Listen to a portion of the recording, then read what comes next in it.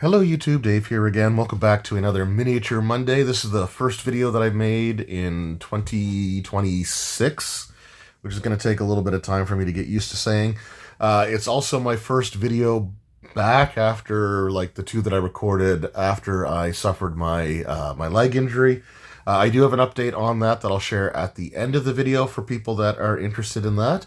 But today we are going to be taking a look at something that I have been looking forward to for almost a year now. Back when I was in Toronto for the WWE Elimination Chamber, I received an email from WizKids about an upcoming product that they had. And I pre-ordered it immediately because it's a silly miniature based on my favorite creature in D&D history, and I just had to have it. And I was expecting it to release like within a couple of months, but we fast forward from pre-ordering it in February to it finally arriving in January. So here we've got today. We're going to be taking a look at the Icons of the Realms D&D mini, the Potato Head Beholder. So this is a combination, a crossover of the Dungeons & Dragons Beholder and the Mr. Potato Head toy. So we're going to take a look at that. This is my sealed copy that I will be just keeping and putting up on my shelf. But I do have an open version as well, so we're going to take a look at it right here. All right, and there, all of accessories just, popped in out of the ether. Or more to the point, last week I lost my voice trying to get my wife's attention because it's hard for me to do certain things. So I just had to clear my throat a little bit here. But anyway, here is the Mr. Potato Head Beholder. So this is the way that it comes in the packaging here. You can take a look on the sides in the back of the mini. It does look like there's extra holes to place some of the things like the eye rays and stuff like that. I do wish we would have received a couple of extra different eye stalks, so we could have had maybe two to replace the ones with the beams firing from them, so that you could just have it with nothing coming out of its eyes, or maybe even have one or two more of the different color, like a yellow or a purple or something like that. But we still got the mini here, and it even mimics the Mr. Potato Head pouch to put all the accessories in. This does not open. This is just purely cosmetic. It is just designed to create or to strengthen the illusion that this is a Mr. Potato Head who's been polymorphed or whatever into becoming a beholder. So this is the mini as it appears in the box. But we've got some different accessories here. We've got a bag of holding for it there. We have an angry eye. Whoop. It's hard to... You got an angry eye. We've got a lady's eye there with the eyeshadow. So that's pretty cool. We've got just a tongue. We got a smiley face with mustache. We, of course, have some glasses, or a glass? Glasses? I don't know if it's just one. I guess it's technically just a glass, but we'll call it glasses. And we've got the red lipstick. So, one of the things, again, it's just a silly mini. Here's a regular Beholder mini, sort of for comparison. So you can see the serious mini, and then you can just see the ridiculous over-the-top Potato Head mini. But you better believe I'm going to use this in a game. And I'm just going to use this, I'm going to explain, the characters, go into a tavern. And they, look around, and, they just see a bunch of, just normal, everyday sort of, working Joe types just, at the bar. And I didn't mean to hit the camera there, hit the tripod. Kind of shift that back a little bit. But I will place down amongst those normal NPCs, just place down this guy. And, if they ask about why is there a beholder? It's I don't see a beholder. What I see is just, a gentleman wearing a dapper cap, glasses and a fine mustache. It reminds me of, if anybody's seen Duralius and Associates, that animated series from way back. And if you haven't, you really should. It's hilarious. It works around sort of I don't want to call them mercenaries because they're supposed to be do-gooders, good guys. But you got the leader, Duralius, who's the only like sane and competent character, and everybody else is just kind of bumbling around him. But they have this one associate character by the name of Broof, and he's a badass, right? Like he's just this great big huge hulking dude. But they go to a city where he is where there's like an arrest warrant out for him. So his disguise to travel through the city without being noticed is he's still this like big huge bald dude, with his weapon, handle sticking out from behind his back. Same voice and everything, but he's just got an eye patch and a mustache on, and that fools everybody except for Duralius. So just putting this beholder down with like glasses and a mustache, it's like, no, he's just appears to be like one of the regular townsfolk, just enjoying enjoying a drink as it levitates up, and he uses his telekinesis ray to lift the mug for him so he can drink. And just pass it off like it's something completely and totally normal. Just, I just love that idea. But there's a few other configurations we can do here. So let's take off the hat.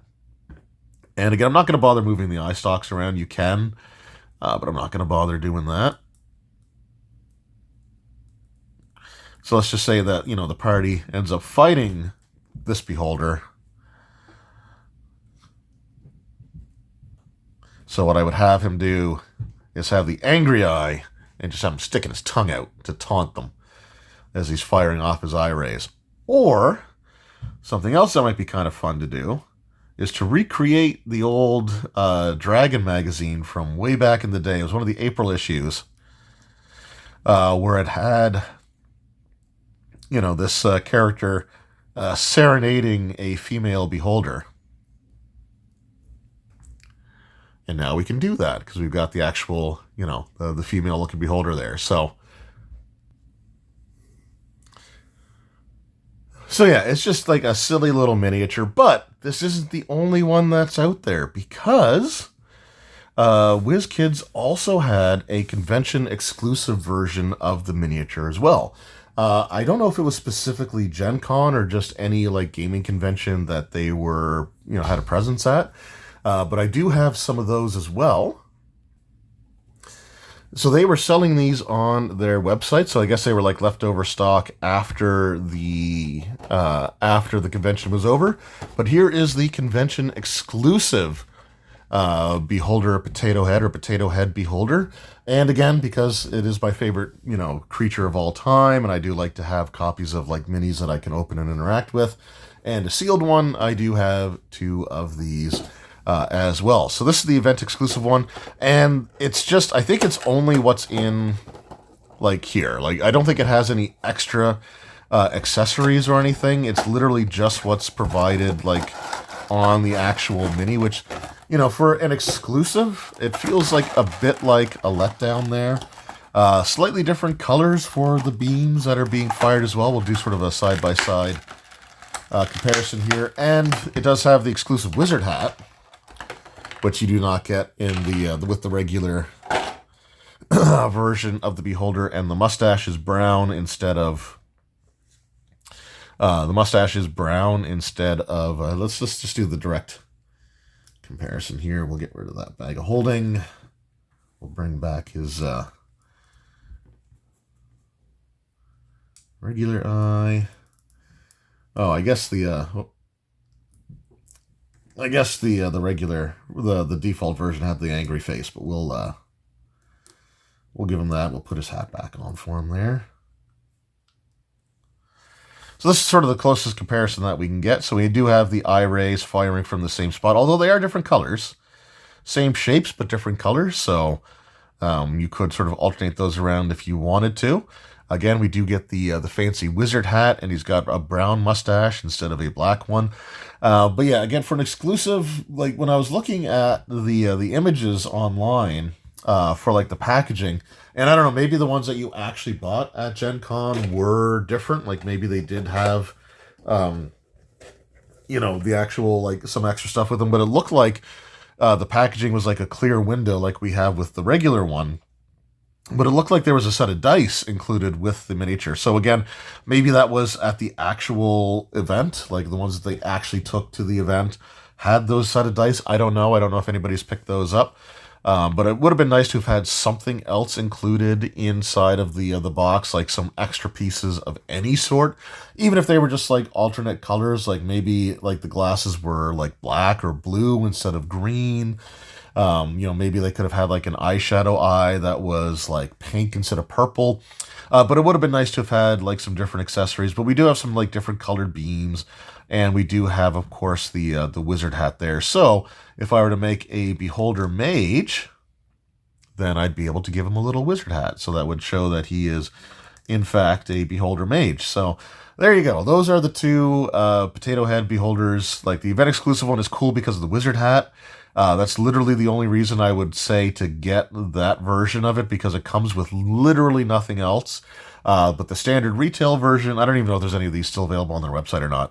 But the standard retail version comes with all kinds of extra things you can, mess around with. It's, like different eyes, and it's got like the purse there, which is the bag of holding. You've got, the eyeshadow eye, the lips, this tongue sticking out, the angry teeth face, and then the glasses. Whereas this one just like has nothing else aside from what comes on them when you pull them out of the packaging. But they're still really cool again, nonetheless. I love this concept. I don't know if you could pull this off with any other like classic, Hasbro toys, and different D&D creatures. Like, I don't know what else you could really do for this kind of product line. But if they, if you could think of other like classic childhood toys that they could combine with like D&D monsters and have it sort of like weirdly make sense, like the Beholder does with the Mr. Potato Head, let me know that in the comments below. I'd love to see some ideas of what some other types of these products could be, because I'd love to see this be like a product line, and kind of go from there. But yeah, really, really cool stuff. We got our Potato Head Beholder, the two different versions there. So that is the video here for the review portion. But it has been a little while since I've done a video, so I do want to do or give an update on the injury that I suffered back in the middle of December. Basically, I was taking my dog for a walk. I slipped on the ice and I heard like a loud popping noise. I was in quite a bit of pain, went to the hospital that day, and I was diagnosed with a tibial plateau fracture, which is basically where the bone meets the knee joint, like the very top of the bone. Like that's where the fracture took place. So it's sort of like as I was falling, I was twisting, and that's kind of like the style injury that you kind of get from that type of fall. It's a more uncommon type of injury, I guess, but anyway, I was in a leg immobilizer from like they gave me that while I was at the hospital, and I was given a follow-up appointment with a specialist on the 30th of December. And I haven't made any videos since then, so like I said, that's why we'll do the update portion here. And basically, it seems to be healing well. I was told by the doctor that I didn't need surgery, which I was really worried about, because I was worried about there being like tendon or ligament damage with the fall. So apparently it's just the fracture that I have to worry about. I think if there is any other damage, it can be rehabbed. I was given some exercises to do to sort of get my knee moving again, and I've been able to take off the immobilizer ever since the 30th, which, let me tell you, that thing is garbage. I don't know. Like, I guess it's cleaner than a cast, but man, like your legs are, they taper down as you go from like your thigh down to your ankle. So it was just constantly struggling to keep that thing from just sliding all the way down. And like I tightened it 30 times a day. But the second you move, like you move your leg muscles at all, and it changes the configuration of your leg completely. So it was just constantly falling down. The thing that really amazed me was just how, because the doctor, kind of took my leg and was, bending it and putting it into like different positions and kind of twisting it a little bit to see where the pain was. And the pain was actually in the muscles above the knee. So basically, because I hadn't been able to move it for 2 weeks, those muscles had begun to atrophy, and it's amazing how quickly that sets in, right? Like, it was incredibly painful. The stretch exercises that I've been doing have helped quite a bit, and like getting in and out of cars is easier and stuff like that. I was given an 8-week heal time from the doctor, and I do have a follow-up appointment on February 9th. So at that point, hopefully I can be free of the crutches. My wife's parents, they had a walker in the house for my wife's grandmother when she was living there temporarily with them. So upstairs, I have a walker that I can use, which helps quite a bit with getting around and stuff like that. But downstairs, like here, where I record my videos, I'm limited to the crutches. But things are going well. It is healing. I'm halfway through that 8-week healing time. Today officially marks week 4 of my recovery. So things have been going well that way. I should be going back to doing regular videos because, man, does YouTube punish you for taking some time off, regardless of what the circumstances are. My revenue for the month, like, not that I was making a ton of money, but my revenue in just those like 3 weeks that I took off from like the holidays and just while recovering and stuff like that. That period of time, my revenue just like cut and like reduced by more than half. It's absolutely insane. Like, I don't rely on the ad revenue or anything. It does help with the channel, but it's not something I necessarily like depend on. And it's a good thing because, man, like it just cratered. And it is what it is. But I'm looking forward to getting back to recording videos much more regularly now. So we do have the Miniature Monday that I just wrapped up here, and I will be doing my Starter Set Saturday video this Saturday. I believe it was for the One Ring starter set. I'll have to go back and look at the poll, and I'll put up a new poll as well for like what the next thing should be. But anyway, I want to thank each and every one of you for taking time out of your day to watch this video, and if you've made it to the part where I talk about the injury and stuff like that, I thank you for sticking around for that. I know not everybody cares, and that's totally understandable.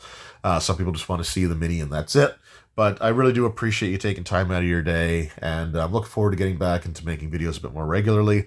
Yeah, there we go. Hope you all had a great holiday season, and we'll see you in the next one. Until then, take care.